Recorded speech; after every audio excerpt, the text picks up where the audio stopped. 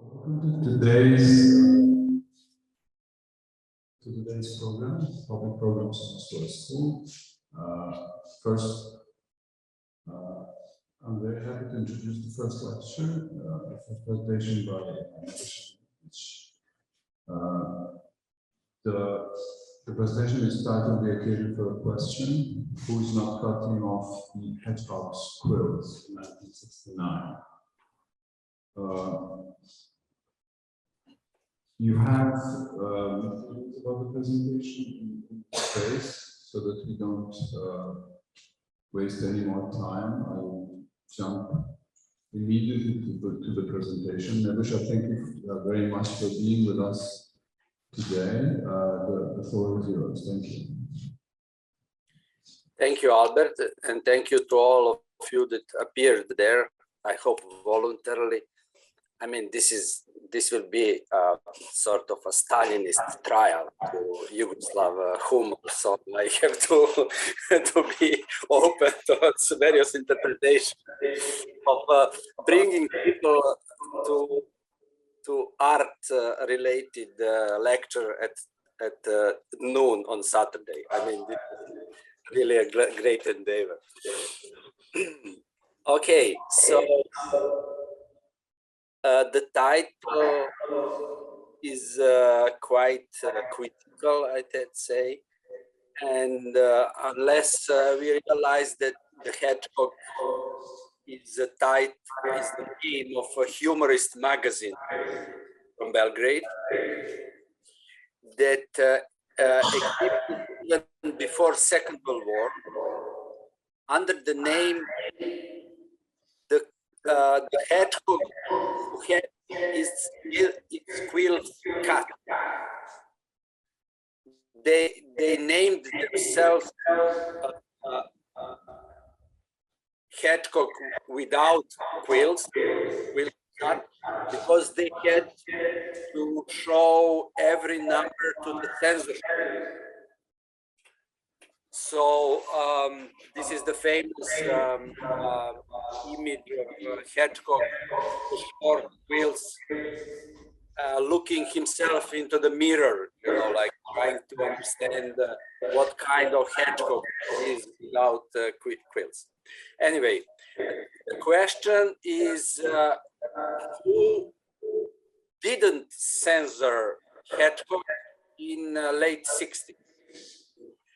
And the question is quite direct, because as you will see, there were many reasons to censor this magazine, humorist magazine, but for some reason that we will try to discuss, it was not censored, at least not in 1969.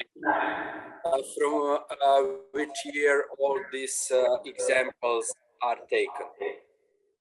It was a weekly magazine, and I accidentally came across some 30, 40 numbers from year 1969. And we have to understand that in 1969, after the demonstrations of 1968 and global emancipatory movement of students and working class, it was not that easy to imply censorship. But it was also not easy to speak openly, totally openly about the problems of the system from both leftist and right. So there was some sort of a game with all this discourse in this magazine that I'm trying to say analyze.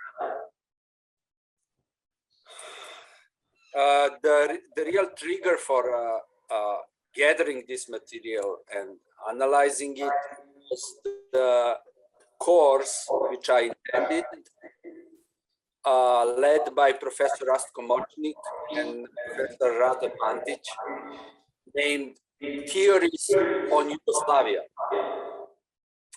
It is the course in which all theoretical analysis and approaches to the characteristics and problems of Yugoslav socialist or self-managed socialist system were present in both Yugoslav and international theoretical field.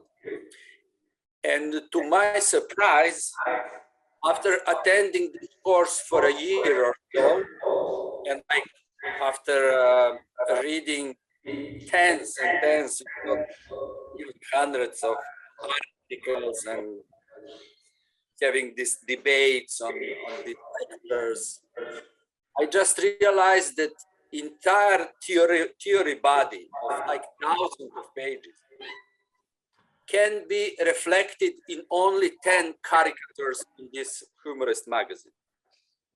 Like you see 10 caricatures and you're about to see more than 20, and you almost feel like you read all that theory.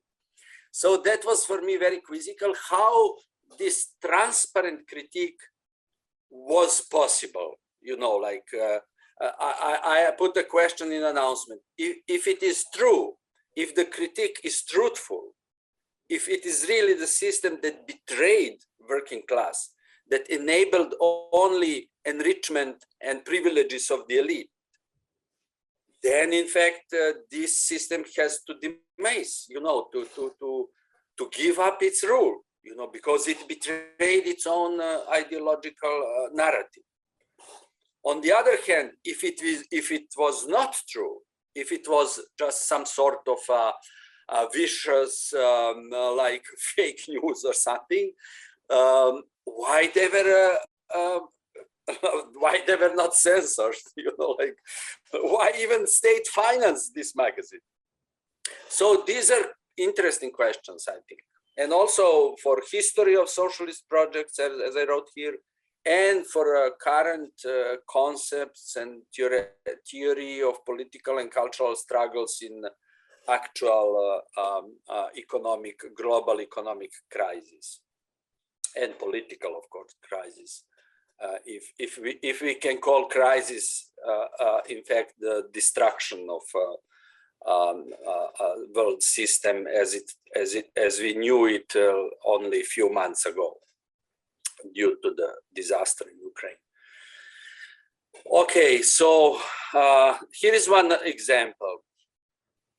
I don't know, can you read this?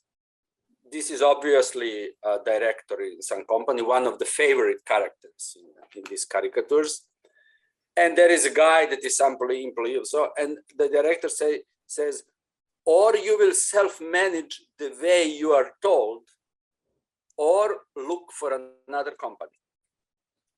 So straight and to the point, the problems of even possibility of self-management in economy that is in fact delivered to the global market. How can you self-manage if in fact you have to sell your product on the global market? You have to reduce its price, you have to keep it quality high, and this means exploitation of workers, mostly, and oppression towards labor force, because you compete with South Korea, you compete with Taiwan, you know, like where working class is like exposed to the harshest possible conditions, and this is why their products are of high quality and very cheap. So if you are on a global market, self-management is more an obstacle. But we can discuss, you know, like so here it is very clear.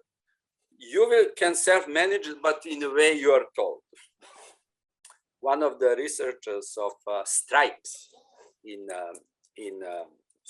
socialist system, Neca Jovanov was his name, was even forbidden to call strikes as strikes. He was forced to call them the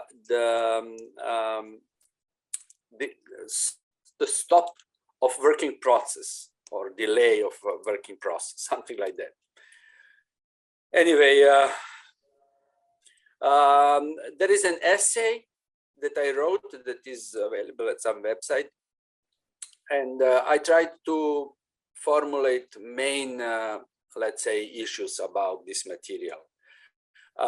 Title is The Possibilities of Serious Post-Chilling. Well, now, when you say there is a resemblance of the word becoming a hedgehog, something like becoming hedgehog, naježiti se in Serbian, with getting chills.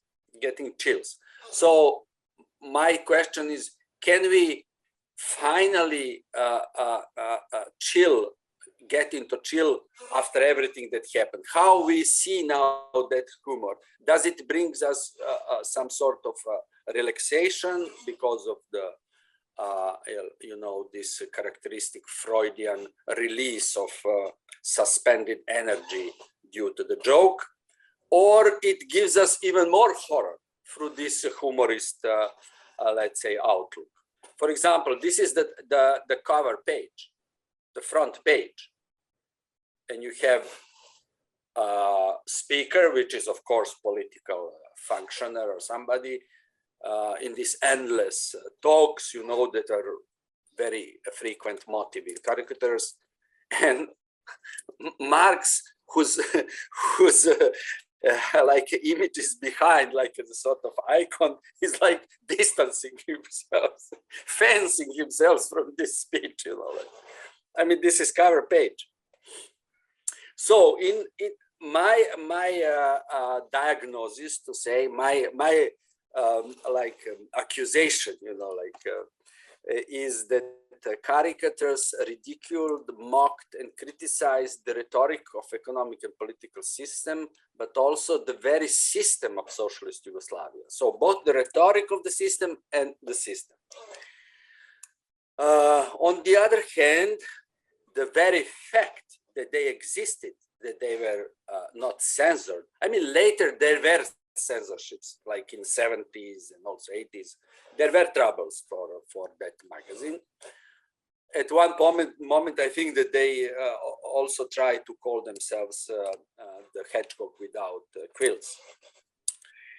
But I think that this like body of work directly or indirectly, both directly and indirectly, legitimized and stabilized the existing power structures.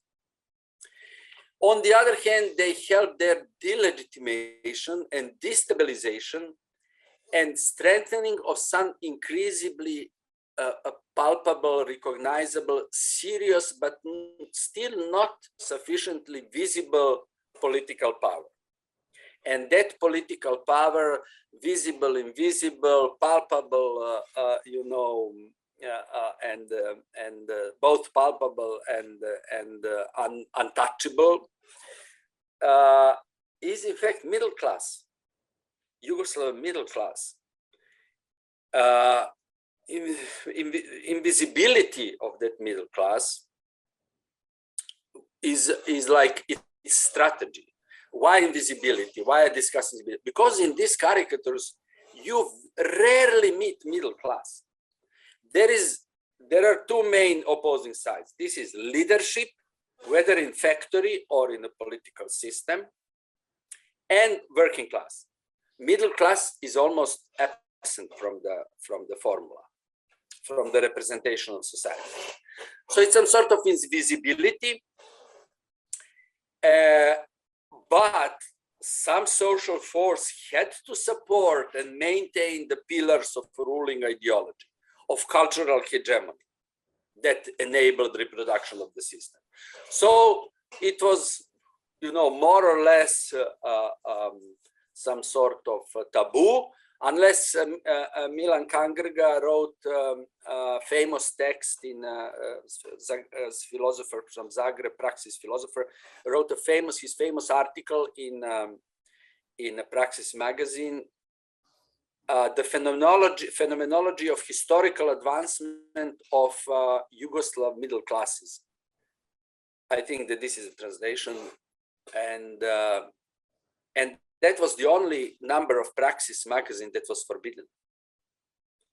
So he obviously touched the neuralgic point.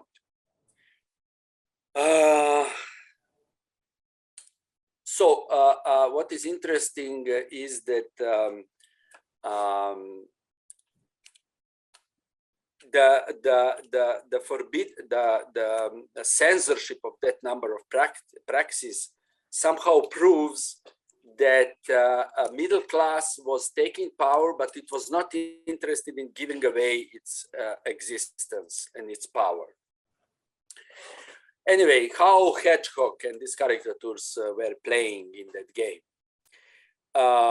First of all, they affirmed the intentional not distinction between criticism of system errors, like you can, when you see these characters, you don't understand, is it a wrong system or is it a right system with errors, so that errors could be criticized and then system improved.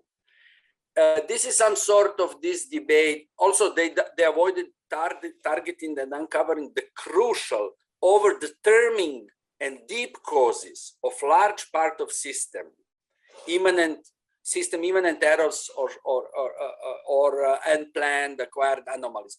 That is to say, they played the game of not making the difference between immanent and transcendent critique, where immanent critique is a critique within the frames of the system that reflects the contradiction of the very system, while transcendent critique is critique from the outside, like through, let's say, empirical, non-ideological empirical analysis, etc., etc. This is when they say, for example, for socialism, it didn't succeed, it failed, or something like that, you know. And then you ask, okay, it failed after 40 years. How many years took capitalism to overcome feudalism? 400 years. You know, we can say that one phase. Okay, Slobodane, možeš da isključiš mikrofon? Čuje se.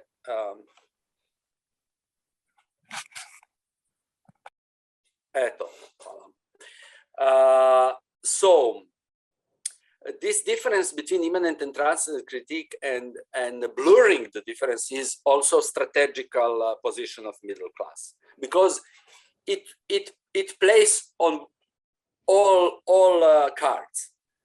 In socialism, it took most of privileges, as Branimir Stojanović put it. It was socialism for middle class and capitalism for workers and peasants, you know. But on the other hand, it needed to get rid of socialism, because in socialism, it would somehow be guilty for taking over the privileges. So it somehow pushed toward capitalism, because in capitalism, these privileges are justified. I mean, privileges, you know, related to lower working class, you know, like, so not to enter now the issue who is middle class and how it is defined in socialist system, in capitalist system, in Europe or in United States, etc. So the formula was why there was no censorship. This is like some sort of like reconstruction of that invisible contract. We agree that you agree. So this is ruling ideology speaking to Hedgehog editorials. We agree that you agree with us that you do not know what the essence of the problem is here. Like, so we will all stay half blind, you know, like. And okay, you can criticize leadership, and we can discuss what mechanism is that. For example, take a look at this caricature. It says, "Follow me, comrades," and follow me, comrades, in Serbian or Serbo-Croatian on BHCS, how it is called now. We call it our language.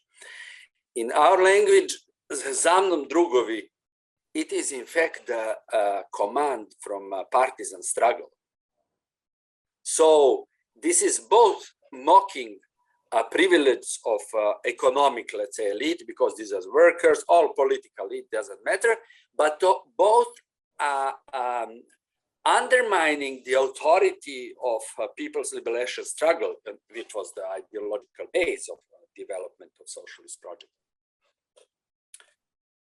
So another title was the self-management of by useful ignorance. Like the Hedgehog authors could self-manage, could do whatever they want, but using some sort of streetwise ignorance, you know, like let's pretend from this previous formula, like let's pretend that we really don't know what is the real problem here, you know, but let's focus on these superficial symptoms, which is the strategy of liberal thought in general, in theory, in art, etc. So there was a motto in one of the, we need an allegedly cynical alternative. Like, so not cynical, but non-cynical or allegedly cynical alternative. So what would that be? But the real question is, what is really alternative in the case of Yugoslav socialist system after the reforms of 60s, which in fact meant introduction of capitalist framework of production and distribution. So who is not cynical alternative? We can say that non-cynical alternative thought was one by famous, never repenting Stalinist Vlado Dapčević, Montenegrin partisan and communist, who was like 20, 30 years in prison. And when they released him, he immediately established Communist Party of Yugoslavia in Bar in Montenegro. And when they, of course, arrested him and questioned him, and but I mean, they are all like from partisan struggle. He's a sibling of Peko Dapčević, famous commander that first entered Belgrade, liberated Belgrade in the Second World War. Right? So they asked him, okay, why do you again, go against us? And his answer was very theoretically interesting. He said, okay, you introduced capitalism. So, okay, you are not communists anymore, you are social democrats. If you introduce capitalism, and in fact, bourgeois system, and you're social democrat, you have to make elections. Make elections. We will go as communists, you go as the social democrats, and let's see what people want. So that was the non-cynical alternative, in my opinion. And of course, the entire political and ideological work of let's say, ideological apparatuses were working on hiding that problem, because you are leftist, you are allegedly communist, but you are in fact employing a capitalist system, something like in China today, we could say also Vietnam. So, Hedgehog was employed very much in mocking ideological narratives and principles, caricaturating ruling political narratives, pointing out deliberately to poverty, systemic disappointment, mistrust, growing social differences. But it was hiding the privileges of middle class and certain portion of working class people as well. And like the overall progress of society, it was hidden because it was opening the question who really benefits. So instead of that, they introduced this Manichaean duality. There is bad leadership and there is good working class. In fact, this critique was some sort of perverted but regime strategy, because there was always this discussion about corrupted elite that endangered socialist projects. It was nothing subversive, in fact, and appears as super subversive. Just check this one. It is also the front page. It is aphorism, unsigned, so it's like the editorial, some sort of editorial. It says, I'll donate my right to work, like immanent to socialist society, right? Everybody has a right to work. I'll donate my right, I'll give up my right to work in exchange for any job. So unemployment was burgeoning. You know, you are on the world market. No more planned economy. No more organization of work so that include as much as possible of individuals. You are on the market, and at that time starts this export of labor to Germany, to Austria,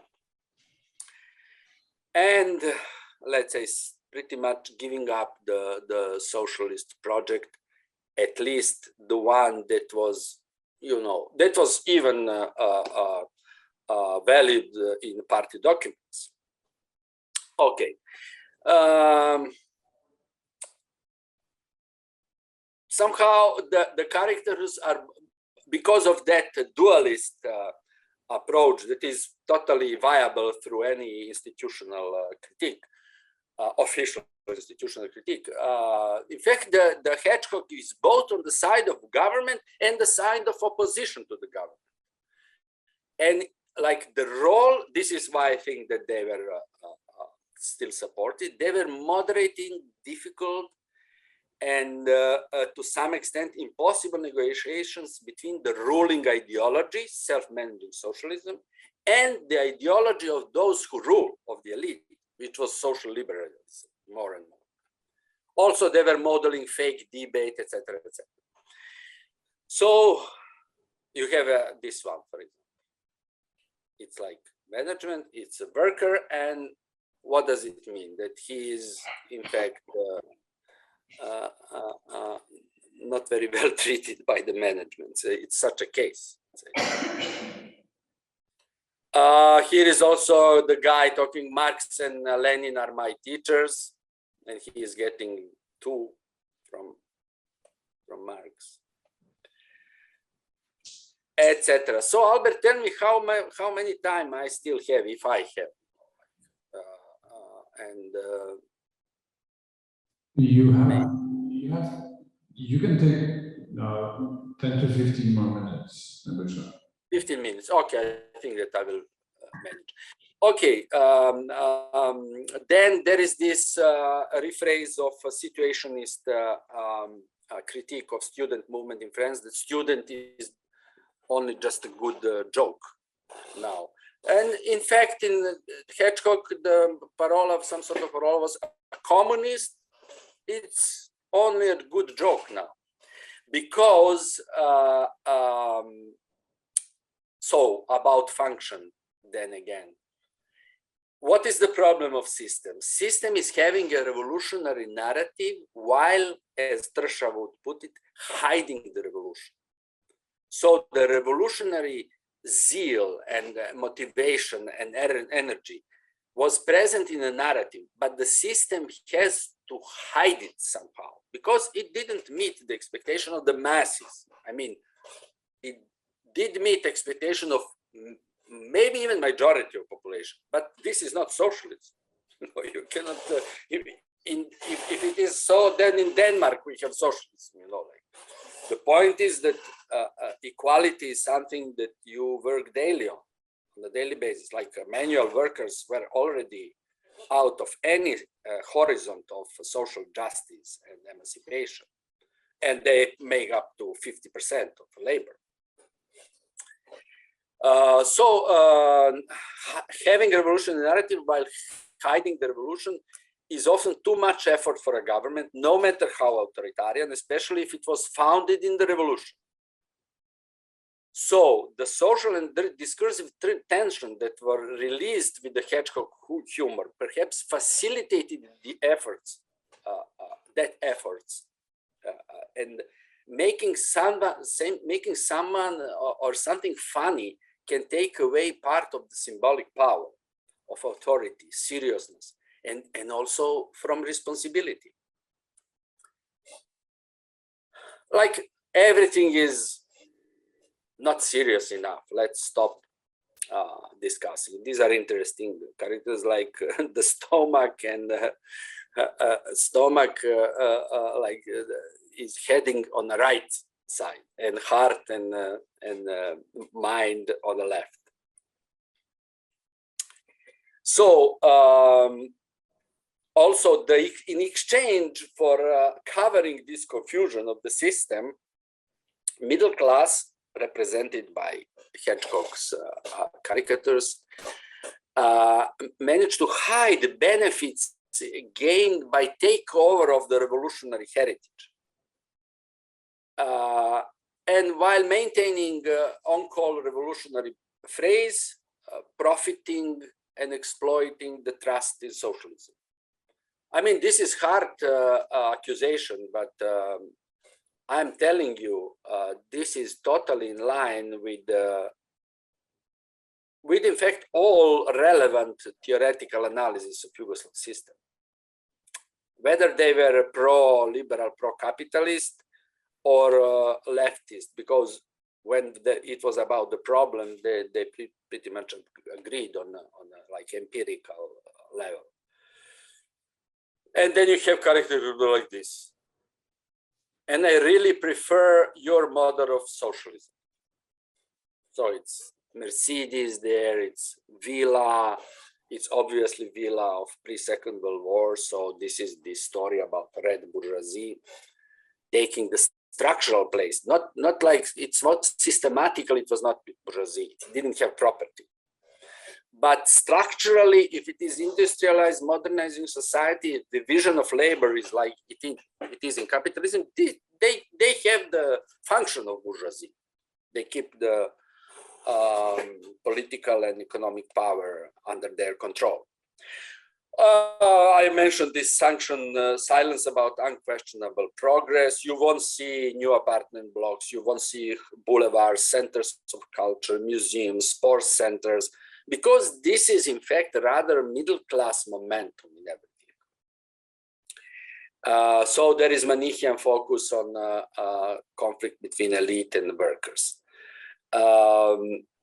There is very nice quotation by Sancho Panza, famous AD of Don Quixote, in which he advises Don Quixote not to enter some conflict, like some imagined conflict by Don Quixote, because it's a knight. So Don Quixote is worrying that if he doesn't enter the conflict, he will lose his like authority as a knight. But Sancho Panza is telling him, Master, it is night. Even if we withdrew, no one will see us. So they will not know that we were not up to our mission. So, but for me, this invisibility was the strategy of middle class. If we are not visible in art, in critique of the system, then no one will question our position. And interestingly enough, Kangerga in this text insisted that he has to shed light on the position of middle class, which also confirms that it was hiding itself, from the daylight, political daylight. This is nice one. Like there is some guy important in front of audience, struggle with problems, and then then comes the cleaning lady. Yeah.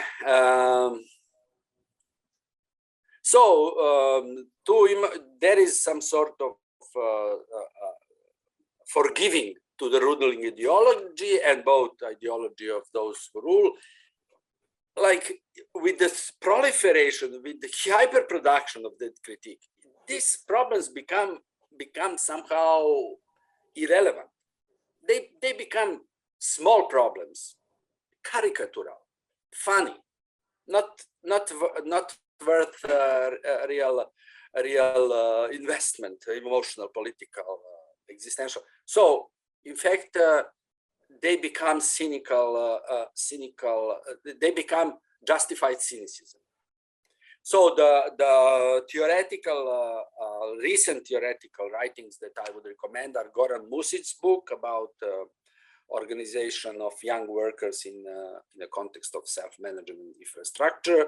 Also Korica's thesis. Vladimir Korica claims that there was no any self-manager, not even this mythological legendary one from like 50s.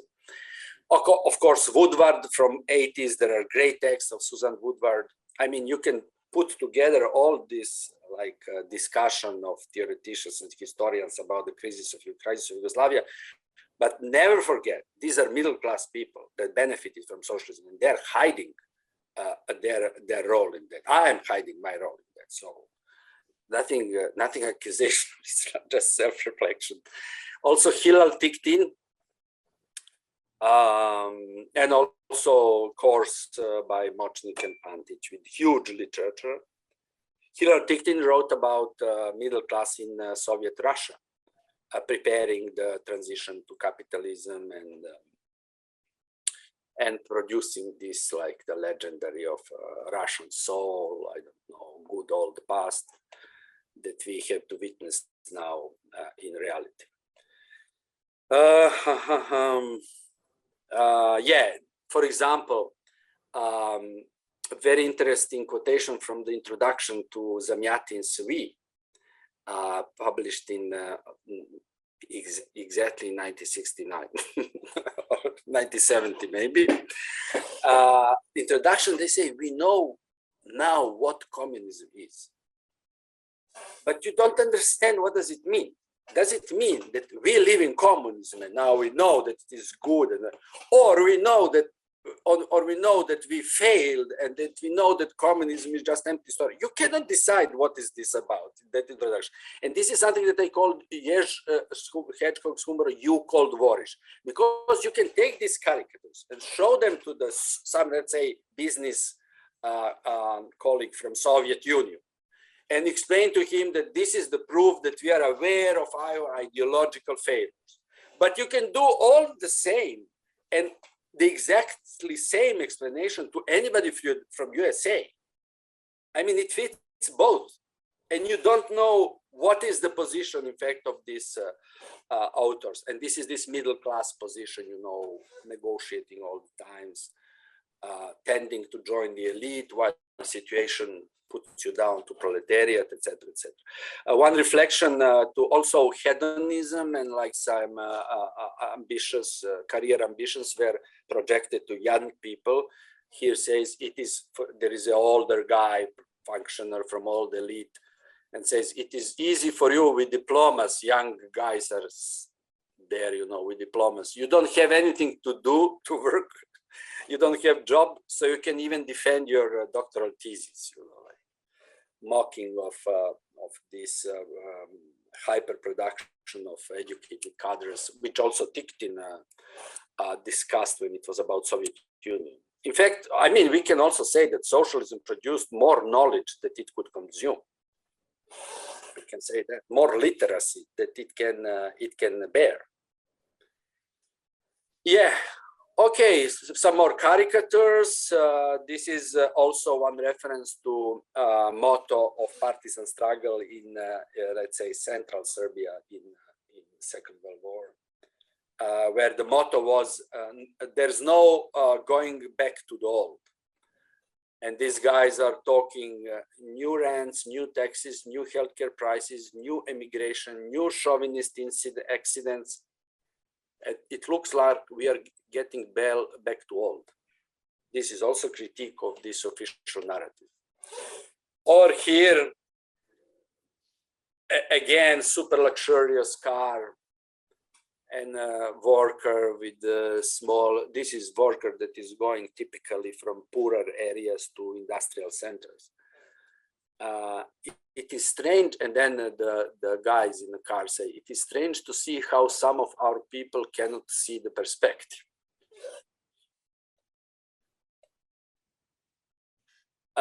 So it is also, these all narratives are a great repertoire for all victims of communism, like middle class, like all these intellectuals that suffered so much, you know, like also like really people that really suffered, you know, that are exposed to state terror and restrictions of various kinds, for example, in Kosovo.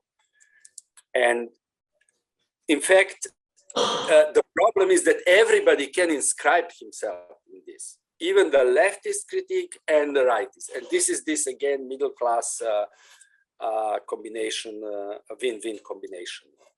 Also, it's ideal historical theoretical repertoire for transitional robbers of the second and third echelon, not the first ones that took the great deal, but the ones that just attached to the new system, you know, like this comprador bourgeoisie, let's say, or comprador intellectuals as well. Take a look at this one. It says, sorry, I'm leftist. I mean, what does it mean? I mean, we could really discuss what is this caricature about. Like, he's totally in the wrong direction, you know. Okay, so I see the Hedgehog as a draft pact with the socialist petty bourgeoisie, draft part of a system with socialist petty bourgeoisie. This provocation plus insinuation plus humor, in fact, provided both relief and integration in the system. Playing the principles of official narrative, opportunistic adaptation to its deformations, as Marko Kržan would put it, he called the socialist Yugoslav system the deformed capitalism. That's the latest diagnosis, I would say. So combination of superficial socialist leftist critique or left criticism, deviations are seen as normal consequences. Take a look at this one. It says, it's easy for Comrade Pera, he lives on interest rates. He has like capital, in Marx capital. You know. It reminds me of a story by my friend from England. He said, like, people like businessmen, they read Marx in order to understand how to make business. So this guy lives of dividend from being Marxist in socialism with a very nice house and car, etc. So altogether, it was ignoring the symptoms on the ongoing destruction of the socialist project and the series of already internationally developed and scientifically verified theories that explain the universal roles of return to the capitalist periphery. Samir Amin's, for example, theory. So the system was ignoring it, but Jež was also ignoring it. There was no any critique of opening towards world market, any questioning of these major economic and political decisions of Yugoslavian leadership, only focused to the symptoms of the consequences of this process, and ridiculing them, making them funny, making them, in fact, in the end, irrelevant, normalized. Look at this one. Bureaucrat is like using this political energy to really fly by. Okay, I call it also the cultural charisma of a wild ideological superstructure. And what this charisma serves for, also delegitimizing of people liberation struggle. This is a guy with a Lorber with a winning breath around his eyes. He doesn't see from it and he commands, takes a lead. So this one was beautiful. It says, are you with us or with them? And the answer is okay. Yeah, so these are positions of the social heirs that invested very small into socialist project and gained most of the benefits. And through covering and also uncovering of these problems, this is the guy getting prepared for a party conference and elections. There were these delegate elections. He enters as a gentleman, bourgeois, small bourgeois, and gets out with this cover. Also, there is one says this is the memory for symposium, the position of working class in a self-management system. Not only position, visibility of working class in self-management system. Yeah, this one is also like the chief asks, do you share my opinion as well? So this is like in these working councils, in fact, the management of the factory and party elite was directing the decisions. And the worker replies, well, I would rather share your salary. And this is the favorite one, at least for me. And again, one long speech, like, and he says, the only remaining issue is the one about resources by which we will realize our ideological setup. Guys, I mean, really, this is Yugoslav history in one picture, at least socialist Yugoslav history. And this one is also great. Huge, like, demonstrations, you know, guys reaches for one dinner, the leader. Also, this one is devastating. It says, comrades. Yeah, so we can discuss further. There are references, and altogether,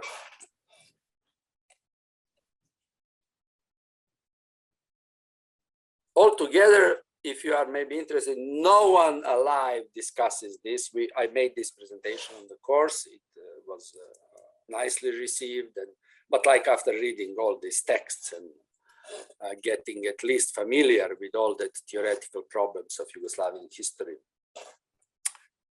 But otherwise, no, do not expect of middle-class historians and analyticians and theoreticians and artists to go into that. I don't know how to translate it. Maybe there is in English, but yeah, it would be like to ask middle-class historians how Yugoslavia disintegrated is like asking goats how the lettuce got disintegrated.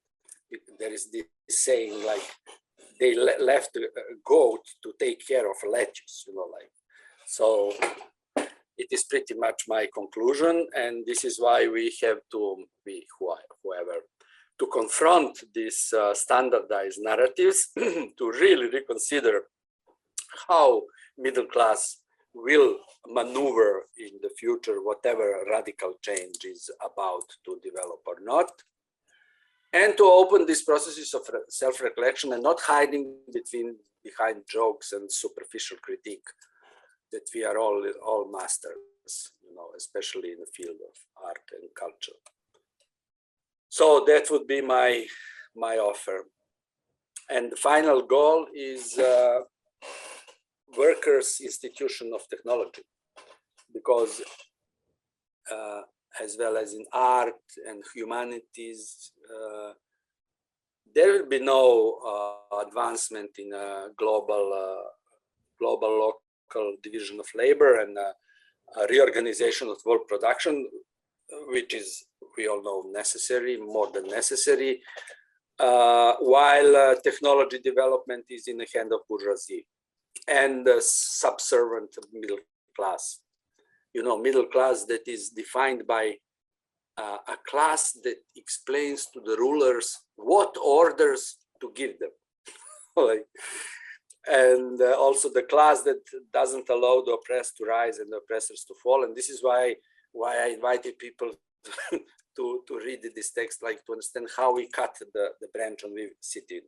We really had to get rid of ourselves, you know, like as a middle class, we are really the problem of modern society.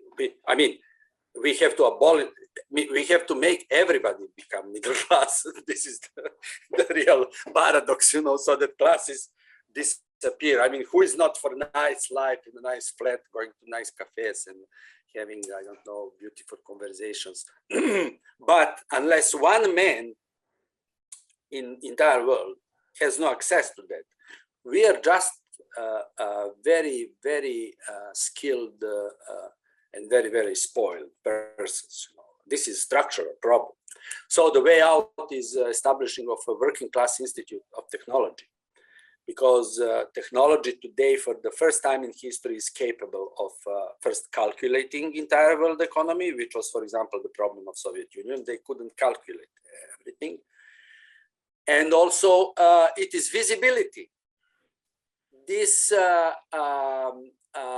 capacity of digital communications to make everything transparent and visible. This is the revolutionary thing. We are complaining about it, but because we want to hide our own privilege. That is the stories, the common thread in all these dystopian narratives, from Dostoevsky's Man from Underground. This is not any underground, by the way. Never. Don't. Then Zamyatin, then Huxley, then New World, then Fahrenheit 451, then of course Orwell. This is all weaning of middle-class intellectual exposed to planned economy and transparent society. Believe me, that is this is why it is so attractive, you know, because we can compensate our resistance to planned economy and to transparent society, which everybody knows what somebody contributed to society and what somebody took from society. Everybody knows why and how receiving according to one's own needs and offering according to one's own capacities is the only way out in the horrors of today's world. And these novels are just a cover for hiding the privileges of middle class, which in fact today is just skillful users of imperial rent, nothing else. So I hope we develop strategies in art here on the periphery, you know, like develop strategies at least in art to make these things visible and transparent. Thank you. Thank you so much, Nebojša.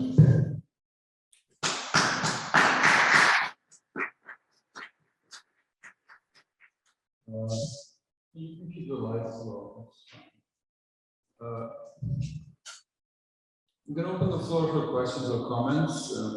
This can also include anyone in your circle out there. We can give the advantage to everyone connected online from your circle again. We have certain time that we can use, but we can always extend the amount of time. So please.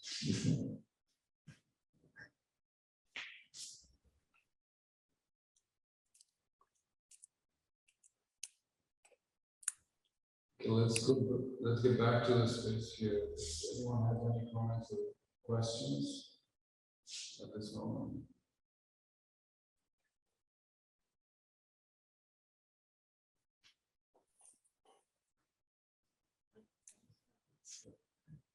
Just a question, I might have missed it, but what was the readership, the circulation of the journal? Who was reading it and how did it pass around? You mean who was in charge for publishing it? Well, who was reading it? How did it disseminate in the world? Number of copies, circulation. Aha, it was huge circulation. It was like hundreds of thousands, you know, like they relied both on a state donation. They had very good salaries, all these guys that were working and also they were, you know, supporting themselves through this huge circulation, you know, like, and I mean, from time to time, sometimes they were not that successful.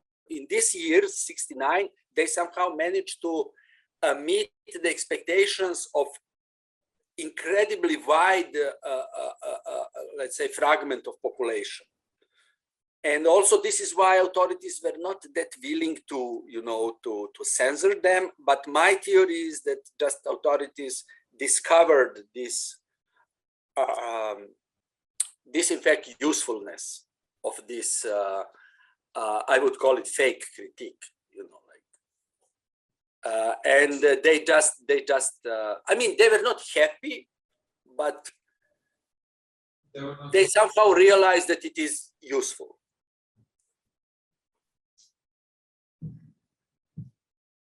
They were not happy, but also they needed something, and this was maybe something, as you said, useful at that time? They couldn't control everything at that time. They could influence, but they couldn't control. After 1968, at least some result of 1968 was a cultural revolution. There was nothing of social revolution, but cultural revolution really couldn't be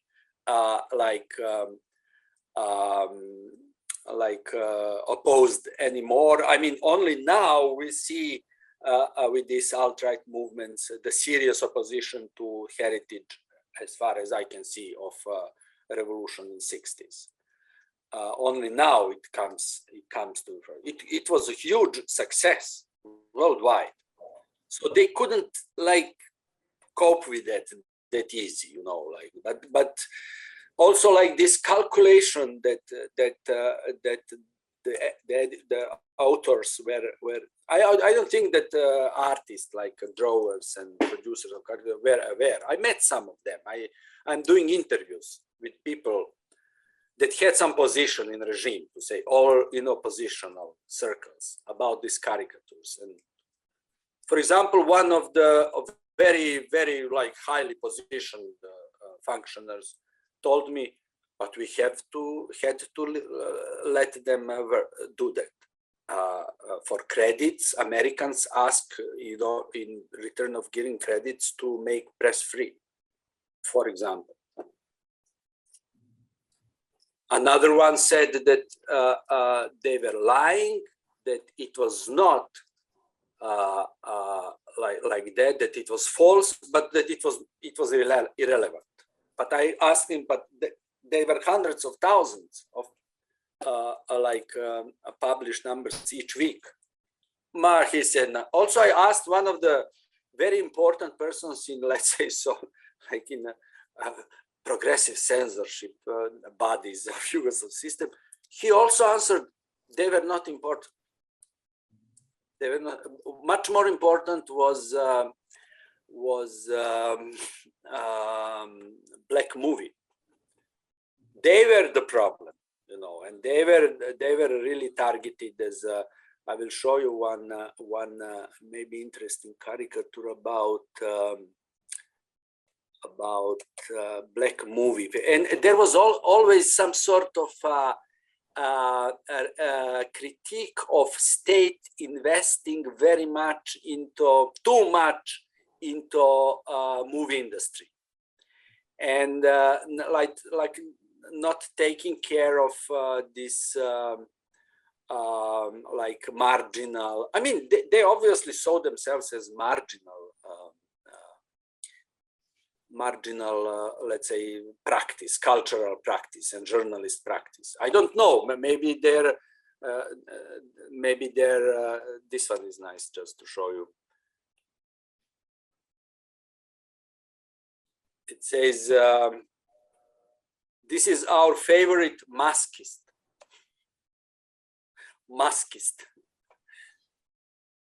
And they were not very happy with the position of themselves.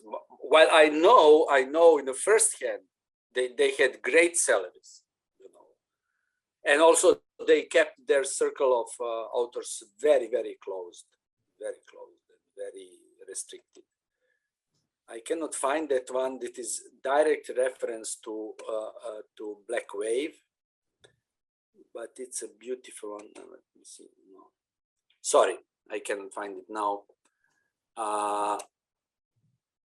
Yeah, but some sort of.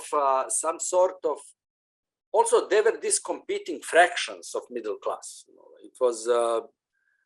it was some sort of release, you know, like release of this bad competitive practice in society that shouldn't. Here it is.